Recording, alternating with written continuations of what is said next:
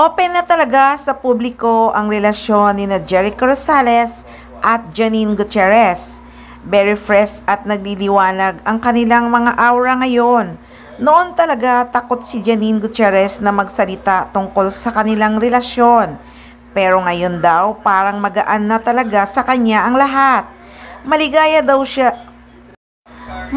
daw talaga ang pakiramdam niyang i-share ang happiness niya.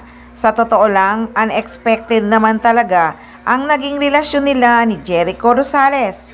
Hindi niya din akalain na magkakainlaban sila at super na-appreciate niya talaga ang ginagawa ni Echo sa kanya at effort ng aktor na maging malapit sa pamilya niya. Nako, hindi ba naman mai-inlove si Janine kay Jericho? Sobrang mapagmahal ang aktor at sobrang maalaga at sobrang bait pa. Tapos, Jericho Rosales pa, crush ng bayan. Di ikaw na talaga, Janine. Ikaw na talaga ang nanalo. Biro mo, nang magkasalubong daw sila ni Jericho Rosales ay parang may liwanag na nakita ang actress. Noon tuloy naalala ko yung sinabi niya nung nakita daw niya yung ex niya noon, parang may umilaw. Ngayon naman kay Echo, may liwanag. Si Janine talaga. Susunod baka may star nang makita niya kay Echo, yung kumukuti-kuti top.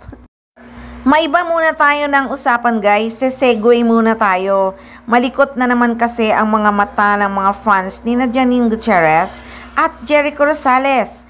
May mga larawan kasing nakapost na parang nasa bahay ang Echonin.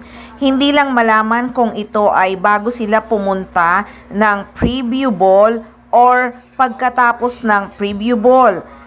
Ito ba raw ay bahay ni Janine Gutierrez at sabay ba talaga sila ni Jericho Rosales na nagbihis bago pumunta sa preview ball 2025? Or nasa hotel ba ang dalawa para dun na magbihis bago nga pumunta sa event? Kinilig na naman kasi ang mga fans dahil sa kanilang imahinasyon na magkasamang nagbihis ang Echonin ng kanilang damit papunta sa preview ball.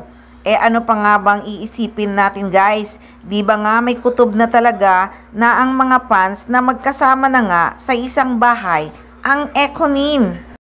At sabi naman ni Janine, di ba, biglaan ang pagsama ni Jericho Rosales sa kanya sa preview ball 2025. Hindi daw kasi alam ni Echo na free siya nung araw na yon.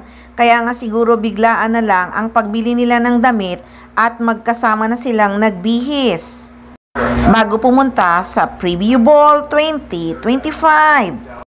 Wala lang naman, kinilig lang talaga ang mga Echonin dahil naglilikot ang kanilang mga isip.